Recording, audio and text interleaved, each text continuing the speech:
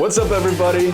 Cole Nichter with Zoom Realty Group. I'm here with Rob Hathaway from Cross Country Mortgage. Rob, how are you doing today? Doing pretty good, Cole. Thanks for having me on your podcast. I'm excited to be here. Yeah, beautiful Wednesday morning. Yeah. Rob, Cross Country Mortgage, been in the industry for 3 years. You know, he's got into around probably what, mid 2020, 2021? Yeah, end of 2020 right about. Yeah. So right before the pandemic? I would say like mid, right as rates started dropping into the threes, right as all the chaos happened in the market. So How was that? Like to go from that 3% interest rate to now where we're at, we're about like 7.5. What have you noticed in the market in the change or the swift of buyers coming in and out? Yeah, so that's a good question. It was definitely an interesting time to get into the market, I will say, because primarily what we saw at that time was historic low interest rates. You know, we had never seen interest rates in the threes or anything like that. So a lot of those people that were either first-time home buyers or someone already stuck with a higher interest rate, let's say, compared to at that time, they had a 5, 6, or 7%. Everyone was scooping up those deals. They were taking advantage of either refinancing their home, tapping into equity, selling their house and buying at a low interest rate. I spoke with someone who had a 1.7% interest rate. Yeah. With buy-down points? He bought it down a little bit, yeah. But it was one of those things where it was a great time for buyers, you know, getting a really low interest rate, having a really low payments, which was a really good opportunity for them. The only drawback that we're seeing is kind of in today's market with the higher interest rates. You know, they're pushing into the 7s right now, and a lot of those homeowners that had those low interest rates, the 2s, the 3s, and even in the 4s, when you look at what their payments were back then, you know, what their fixed payment is right now and what it would be if they were to sell and take at today's rate, some payments I've seen almost double. It's insane, yeah. So it was a good time to get into the market because hindsight, getting into the market at a time where you could just walk out and get hit by a truck with refinances. You know, everyone, you know, the Amazon driver, FedEx, anyone you ran into, Publix, they were all looking to refinance and take advantage of the rates. So it was a good time to see what a chaotic market looked like, as busy as it was, and to now where you're having to really earn your business, you know, fight for your deals, educate the clients, and make sure that, you know, if now is a good time to buy, explain the process to them, educate it, and make sure that they're taking advantage of the opportunity to buy. And I think that's a great point you make, because I think right now the deals aren't, you know, you're not having 10 offers, you know, on a house. Right. Everything's a lot more slower. The process is slower. You know, especially you and I both in an industry where, you know, we don't get, you know, those kind of, you know, weekly paychecks. We have to earn our business, right? Right. So, you know, a lot of stuff right now is slower. It's, you know, and depending on who you are, where you are in the country, you know, some things are taking a real pullback right now. The Midwest, I mean, they're taking that pullback. You know, it's dropping about 3.5% already, and you know, it's going to probably continue to drop because people aren't buying. And the thing is that inventory isn't there right now, right? Right. You know, as of this morning, we had 1,200 homes, and that's including condos, manufactureds, you know, single-family homes, townhomes, etc. Right. That's nothing. I mean, Brevard County is one of the biggest counties in Florida, if not the biggest. Yeah. So it's like to see, you know, kind of the way that we went so hectically, you know, in that end of 2020 into 21, and then you come and you see this market shift, and then now it's almost like kind of like we're like, hey, what's going on here? Like, you know, real estate realtors are dropping like flies. Yep. I mean, it's crazy. I think there was a statistic of NAR that was talking about how every 3 hours and some change, a realtor leaves the industry. Really? Wow. And that when I saw that, I was just like, wow, that is interesting, because you never really put in perspective to how many, you know, realtors are really in the country. Right. But yet alone, you know, how many are in the state of Florida. Right. Well, and you have to think, too, at that time, you know, the past 2 to 3 years, a lot of people that have been in the industry for a while, you know, they probably really got the word out that, like, hey, the market's booming right now. It's a great time. So once their friends and their sphere of influence heard that, they're like, I want to be a real estate agent. You know, like, everyone's selling their house. It's the easiest business to be in right now. So they quit their jobs. They either became a real estate agent or a loan officer. And the times are really good. You know, but they had never been through tough times before. It's 100% commission, so they never learned how to budget their money and set aside for the tough times. It's a roller coaster, you know? That time was really good when you were riding it, and then now it's like with rates going up and up and up, it's like you have to look at your finances and say, can I ride this out? Can I tough it out for the long run? Yeah. And a lot of people really just in that industry, once they saw it was easy money at the time, like you said, they're just dropping like flies right now. I've heard a lot of real estate agents, loan officers, where they're taking a step back, getting part-time jobs, leaving the industry entirely. And now is really not the time for that, because you have to really just keep your head down and work. You got to plant those seeds so that 6 to 12 months from now, you're reaping that harvest, of those clients, whether they're renting right now, whether they're homeowners just waiting for rates to drop or just build into a little bit more equity. Just keep working right now, keep grinding, and it's really going to pay off in the future. And it's funny that you kind of mentioned that, because I tell agents all the time, we're in the double down stage. And it's like, just like investing, right? We're doubling down on our investment.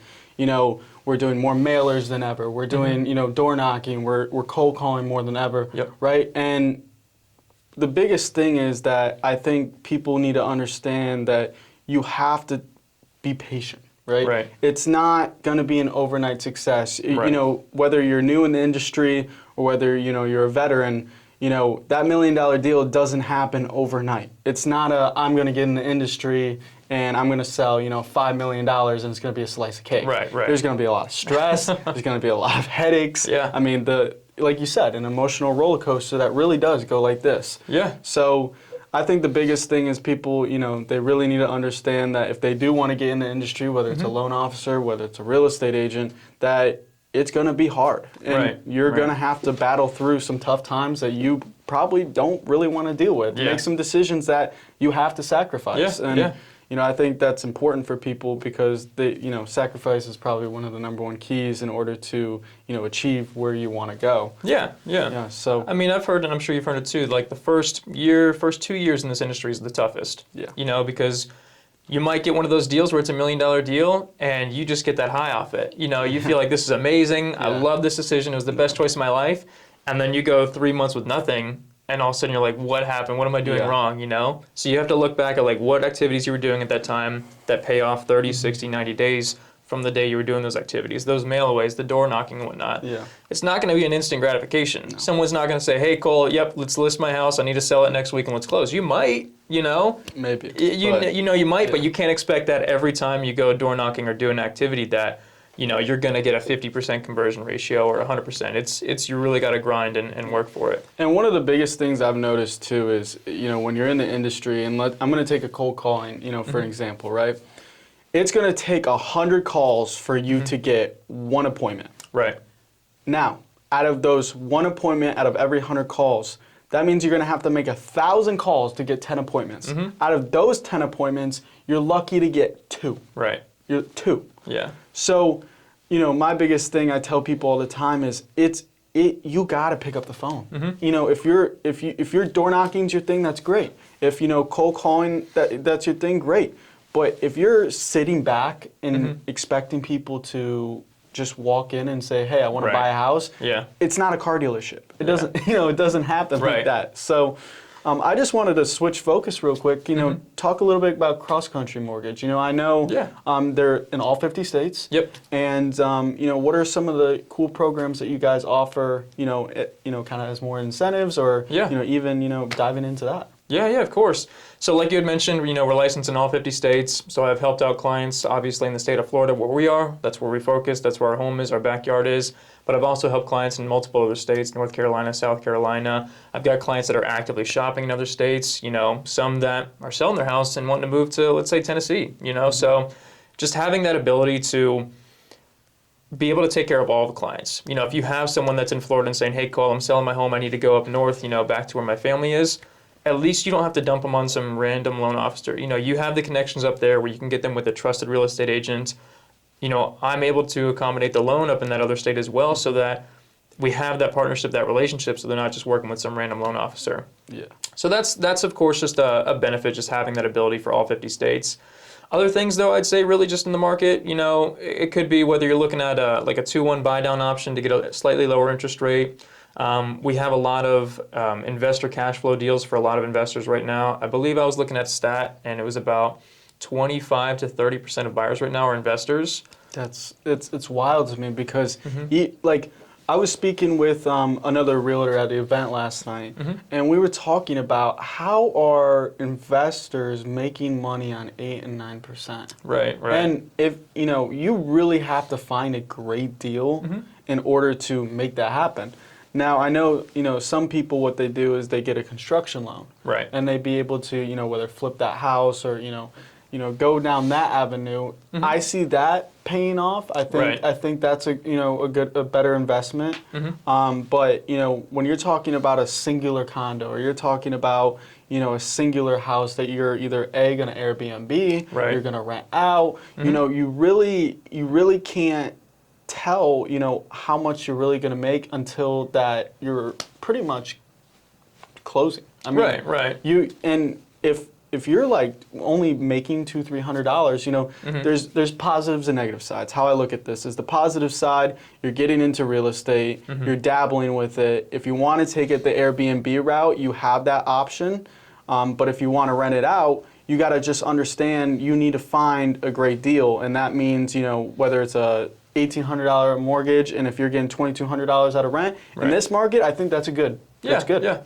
Now, the biggest thing is real estate investing isn't going to make you rich overnight either. Right. So I think, the biggest thing if you are starting to want to get into real estate and that investing is partner up with a loan officer, partner up with a real estate agent, partner up with somebody who understands the markets that can help guide you the right way. Because I think the biggest thing is people try to do it on their own. Yeah. And, at the end of the day, a lot of people can't do it on their own. Right.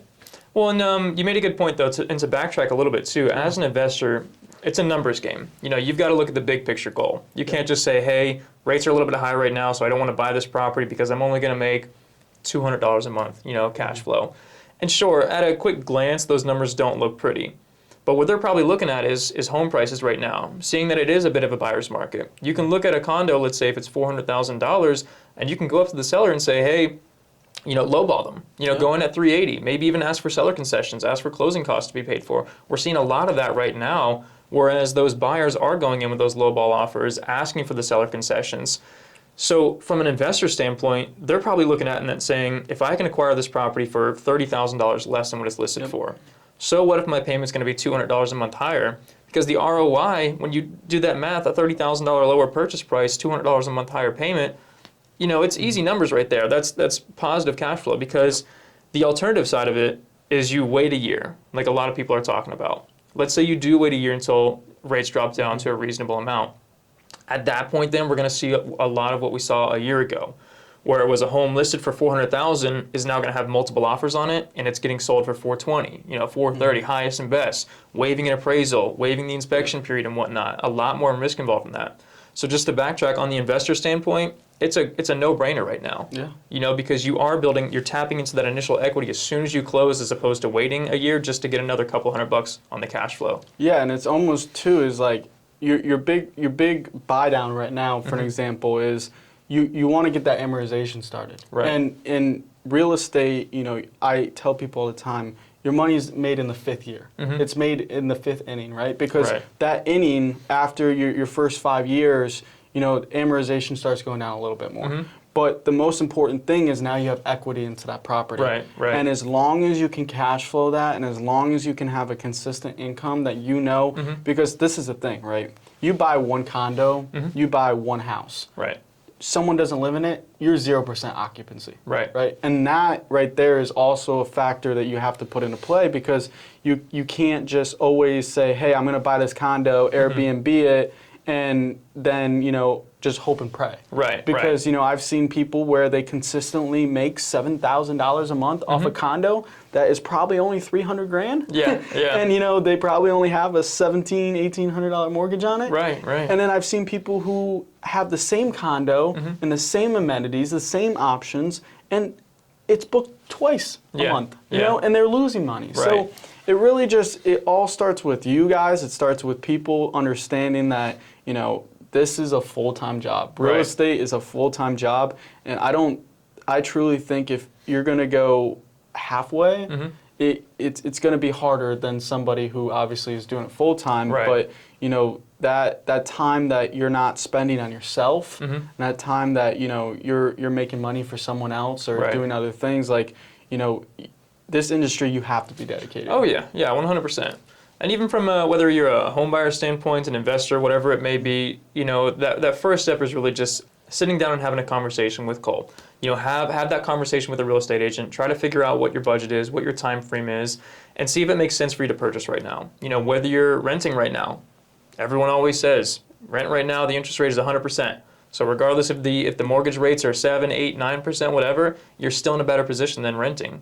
100%. And even if you are someone that is like a homeowner right now that has that really low interest rate, really just run the numbers and see, does it make sense to sell the house? Maybe they're growing your family. If you're having kids and you're in a smaller house, you've got to get out of it, Yeah.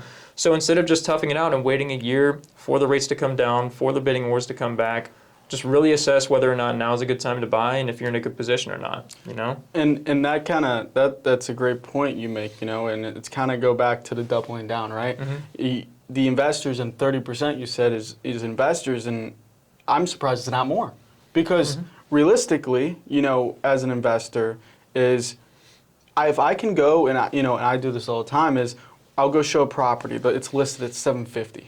Okay, $400 and something a square foot. Let's be honest here, it's a little overpriced, a lot overpriced, right? So sometimes there'll be my clients don't even want to see that property because they understand it's so overpriced. Right. But I go, hold on. Let's take a minute, right? You need to understand where we're at, what market we're in, right? Because at the end of the day, I know I can go, well, this comp supported this, this, and this. Right. And I go, I think we can submit something for $100,000 less. Right. And the thing is, people are taking those offers now because they're scared. And the scares is what causes people to freak out, causes people to do things that they A, shouldn't be doing. Yeah. B, that it causes just this overall fear in the market. And I see a lot of influencers. I see a lot of people that watch podcasts, that do the shorts, do whatever it is, right? Right. They're all saying the same thing, and to me, they're saying one thing and they're doing another. Right. And that right there just shows what they're saying isn't accurate. Yeah. And it kind of blows my mind, because I was watching a podcast the other day, and you know what? I'll use this example instead. Warren Buffett, right? Warren Buffett tells you to diversify your portfolio. Right. He tells everyone that you should invest in multiple different areas, never put your eggs in one basket. Right. Warren Buffett only owns 3 stocks. Yeah. And he owns a lot of that company, right? So it's like, that's a perfect example of someone who everybody, looks up to at some point. His name's going to come across the table as a businessman, right? Right. And I think the most important thing that people need to understand is it's not always what people say, but it's what people do. And it goes back to the thing, kind of action speaks louder than words. Right. And, I think, especially with the Warren Buffett example, that if people are going to keep fearing, they're never going to keep doing. Right. Does that make sense? So, what I mean is people aren't going to buy houses. They're going to lose out on opportunities. Right. They found their dream home that just got listed, but they go, oh my God, I can't do it, it's 7%. Right. But let's take it back a couple, 20, 30 years, right? I mean, we look at early 2000s, we were, even up to 07, 06 kind of, and pushing 08, we were talking double digits. In some cases, yeah. And even in the 90s too. Right. Oh, especially, 80s, 90s, yeah. And obviously, you look at the home prices then, they were a little bit different as opposed to now. But, interest rates, when you look at historically, right now, they're not that high, you know? Yeah. We're kind of back to the normal before COVID, Yeah. And that's what I feel like a lot of people are having to adjust to. The only downside to that is a lot of first-time home buyers that were looking to buy around 2020, 2021, when the rates were historically low, that was the norm for them. Yeah. In their mind, they were hearing, hey, rates right now are 2s and 3%, so that's all they knew. As soon as you start to look into buying, a house and whatnot, and you hear rates are 3%, and you're like, great, I'll wait a year, once I have my finances ready, and all of a sudden rates have doubled, you're like, what's going on? That doesn't make sense. Right? These rates are insanely high. Yeah. But someone who's already bought a home before, who has a home, they know, hey, realistically, a 6 or 7% is not too high. Obviously, if we get it closer to like the 8s or 9s, then it might be a little bit tougher of a situation. But even going back to the stats, looking at the home sales, I believe for the month of July, first-time home buyers, they had increased from about 27% to I think it was like 33, 35%. So you've got investors that are making up a third of it, first-time home buyers that are making up a third. I believe cash buyers were in like the 20% range, Yeah. and then the remaining of it, yeah, maybe second-time homeowners, Yeah. you know. But it's really looking at first-time home buyers are seeing the opportunity that it is still a good time to buy, especially with the rate of shelter costs right now, Yeah. as far as like rents and whatnot. I mean, that just year over year, it's been going up 10, 15%. It's like, you know, I do some property management for some people, and, you know, I'm talking about, I'm going to use one example, and I'm not going to say any names, but there's a condo, and she, probably around 2020, was getting $1,100 for it. Wow, okay. That same condo now is getting $1,700 a month. Yeah. So you're talking about a $600 increase. Yeah. In 3 years. In 3 years. Yeah. And the worst thing about it is, it's not even a two bed, two bath. Oh, wow. So, yeah. I mean, and this is the thing, even let's look at the luxury apartment complexes, right? I mean, there's a bunch of them, they're all over. I mean, you're talking about, I'm looking at a one bed, one bath, and it's $1,700, $1,600 for these luxury apartments. Right, and right. And they sell you on it's the amenities. Yeah, yeah. The amenities, first of all, if you're talking about your pond, your lake, your all things like that, it doesn't cost money. Right. It doesn't. A little bit of maintenance, but a little maintenance yeah. and maybe some power and electric for the waterfall or something. But when you have 100 units at $1,600 a month, it's you and can then afford I it. mean, you're even talking about now two bed, two bath in those states are running about 21 to 23, 2,400 Right. in this area especially. And then you're talking about even three bed, two bath. You know, that's up into 27s, 28s. And think about it. What could you buy for $2,700, $2,800 a month? Oh yeah, yeah. A pretty nice home. Yeah. You know, and you know, especially if you're looking to come to Brevard County. You know, there are cheaper alternative areas. You have, you know, your Titusville farther up north, more closer to Kennedy Space Center. Right. You have Palm Bay, which is ever growing. I mean, yeah. It's a whole lot of new construction right now. I mean, it's left and right. I mean, you got Lennar over there, D.R. Horton, you got Miranda Homes. Right. I mean, the list does not stop. It's, I mean, Palm Bay is going to be, you know, and I want to kind of take it a little bit this direction, is, you know, what do you see in the growth of Brevard County? You know, I tell people all the time, I go, I think this is going to be a mini Tampa. I really do. I think just the master plan, Vieira, is only 30% complete. Yeah. And I go, and it blows my mind because I'm like, think about even like 2 years ago where Vieira was. And now you look at Vieira now and you go, wow. Yeah. Like you just drive by and you go, those houses weren't up last week. Right, like, right. They're just, I mean, they're going up like crazy. What do you think, you know, draws people to Brevard County?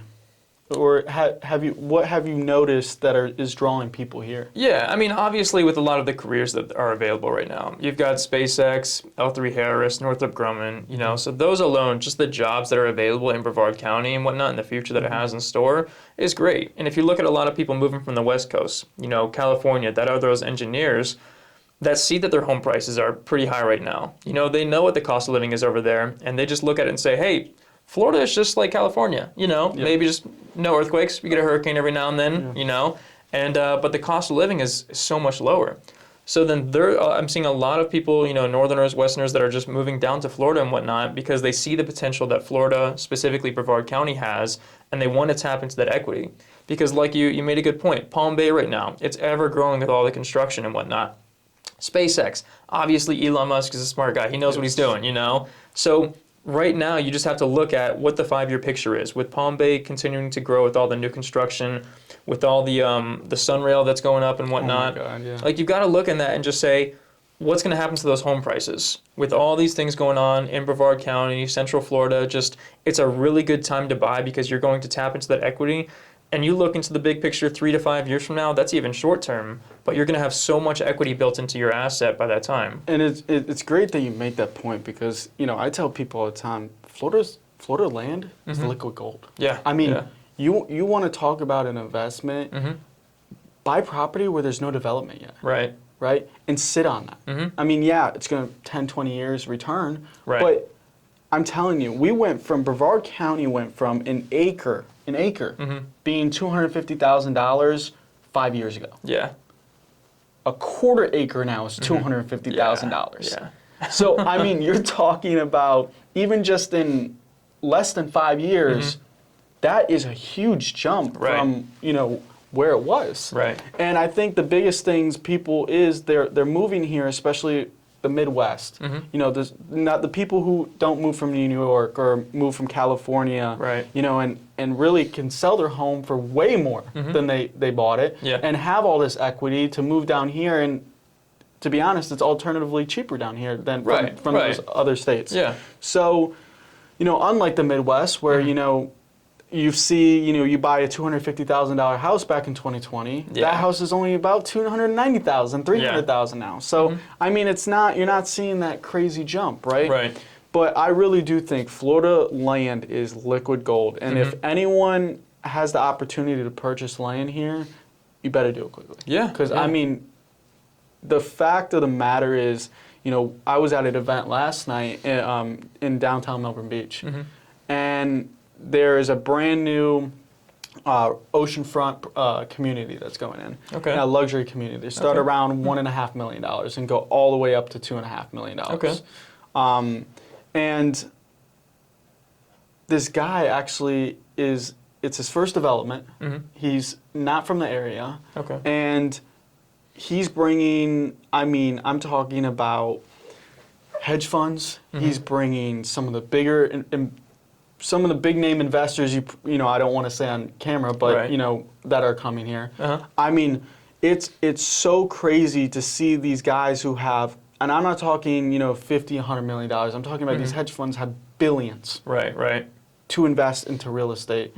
And the average Joe, like you and I, it does make it kind of hard to get into the realm because, everything has been so this. Right. And, it's hard to get on a bus that is moving at 40 miles an hour. Yeah. It's really impossible. Yeah, which obviously you and I don't have millions, sitting in the bank right now, so we can't just, liquidate those assets and buy investment properties. But you've also got to look at it. You make a good point. If those investors have the mindset of seeing the potential that Brevard County and Florida in general has, as a first-time home buyer or someone looking to buy a house, you got to look and see someone with that much, assets or just, money on hand. Capital, yeah. Right, capital, like, they're doing something right. And if they see potential in the area, like, it's still a good time to buy, So you can't argue with those facts. And I think it even comes down to, this kind of stuff too, is the airport. I mean, you look at Melbourne International Airport. I mean, the amount of flights they're bringing in now, more than 2020. Right. The amount of passengers that go in and out, other than 2020. And, it's crazy to see the growth. They just made that brand new terminal, the international terminal. Yeah. It is stunning. Yeah. They added pre-check as well as clear. And the only other places that have clear in Florida is Orlando and Miami. Yeah. So that's cool, but it just shows you people are investing into Melbourne because they understand it's going to be a hotbed. Right. I mean, you have that $100 million aquarium that's gonna be a state of the art. Yeah. That's going to go up in Cape Canaveral. Yeah. I mean, that's going to be a tourist attraction that draws so many people here. And, I think once that is complete, I think there's going to be a lot of hype around it. I think a lot of people are going to come around the country. Yeah. I think the news channels will catch on. I think all that stuff. But I do want to kind of sidetrack back because you did make a great point. You were talking about, how these hedge funds who have billions of dollars, you got to look where the money's going. Right. And that not only as an investor but a first-time home buyer is if you are looking to come to Florida and make that move, do it now. Right. Yes, like we talked about earlier, you can get those deals. You just got to put that deal in, Right. So it's like you can find that $400,000 house and get it for $349,000. I'm seeing it happen. It's because again, people have that fear that everything's going up, and I just need to sell, get my equity, and then the sellers are having the fear things are going to go down. Yeah. So it's like kind of has that feeling that we're still in the market that we were a year or 2 years ago, where you could sell your house for $50,000 over, $20,000 over asking price. And then, like you said, you just have to run the comps as the buyer's agent. You want to represent your buyer in the best possible way and make sure that if they are buying this house, that the price is justified. You want to make sure that it is going to appraise so that there's no issues when you're halfway through the process, you find out that the appraisal come back, 30,000 short or whatever it might be. So you really want to look at that because sometimes it's hard. Like you said, the amount of deals that are coming through right now are pretty scarce. Yeah. So as a listing agent, maybe you make a call, you get the listing appointment with the seller. And they're super stubborn. And they're like, nope, this is what I want to list my house for and not $1 less. Oh my gosh. And you've already done the research. You've ran the comps. You know that you can't list it for that price, that it won't sell in the time frame that it wanted to, but you want the deal. You've got to get the deal because hey, I haven't closed the deal in a couple of months. I need this. Or, hey, this would really just be that pushing point that I need. So it can be tough because there's a balance of educating, but also trying to get the deal, And I will tell people as agents too, I'm speaking to the mass agents, is what I've learned is that instead of, what they really care about is getting their money out of their property. Let's be honest here, right?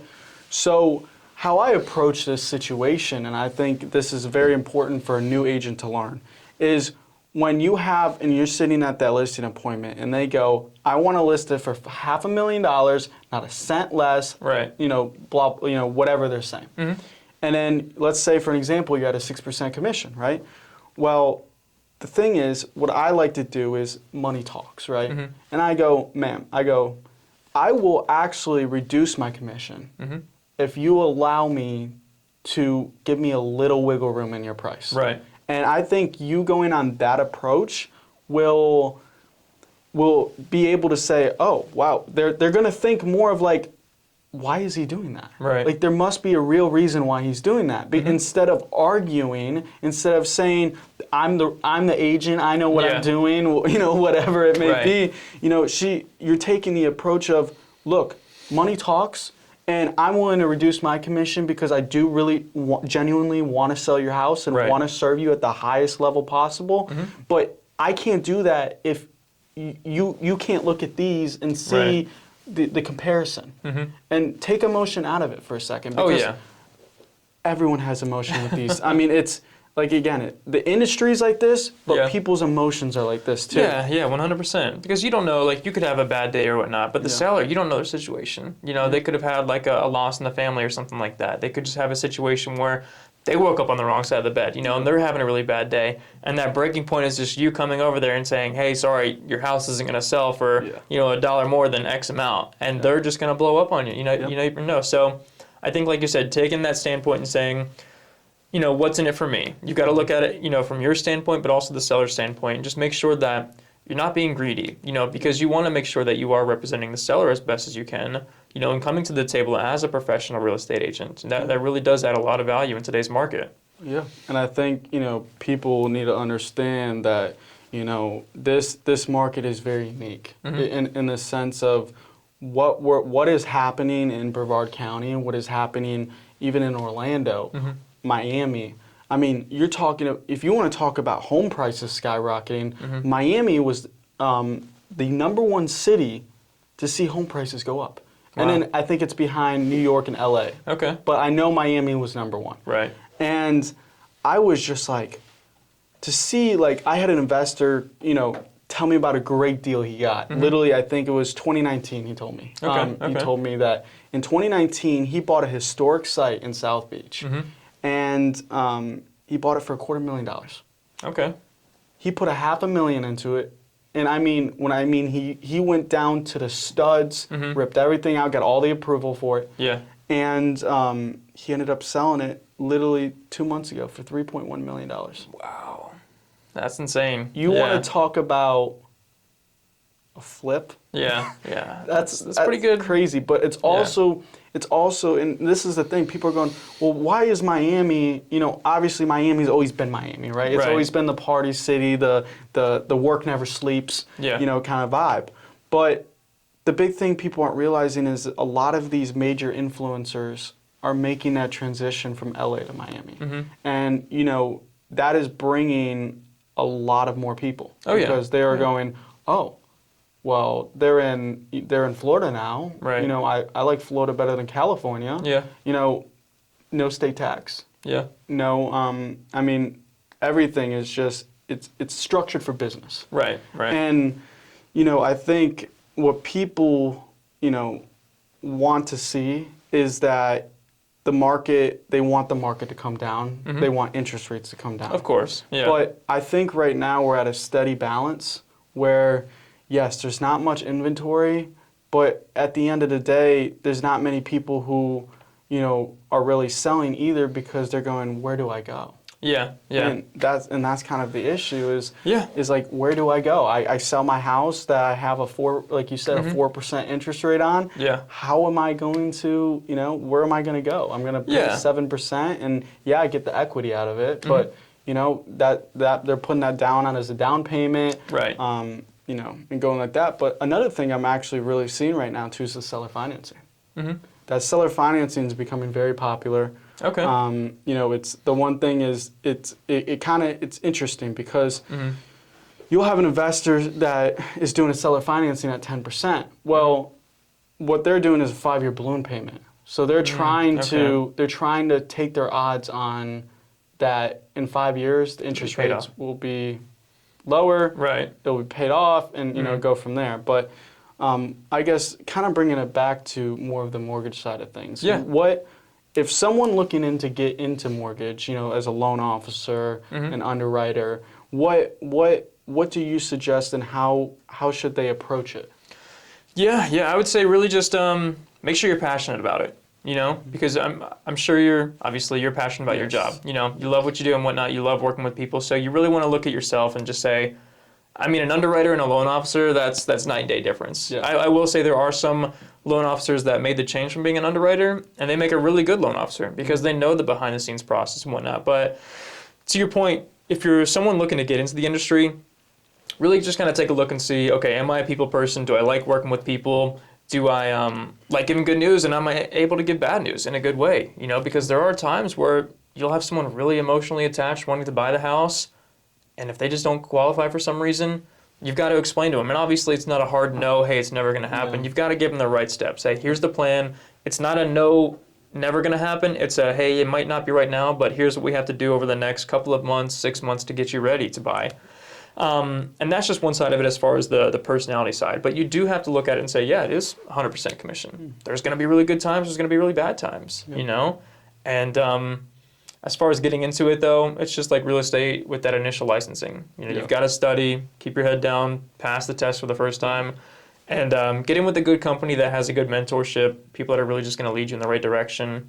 Underwriting side of it, though, I've seen a lot of underwriters that are just introverted, so they're not really people persons. They like the behind-the-scenes kind of work. So they get the files sent over to them. They'll do a lot of the research, make sure the guidelines look good, and make sure that clearing conditions to get the borrower pre-approved or approved for closing. And that's kind of, why I brought up the underwriting. I know there's it's a big difference, right? Right. But it's to your point about the introvert and extrovert. There's still a way you can get into the industry and still not have to do the hoot and ha and the and all that crazy stuff. Yeah. So it's like, I think taking it one day at a time, learning and finding a mentor who's willing to invest in you. I mean, it's really hard, and I will be honest, it's very hard to find someone who will take you under their wing and run with you. Yeah. But at the end of the day, there are people out there that are willing to do that, and not everyone is self-centered, right? So,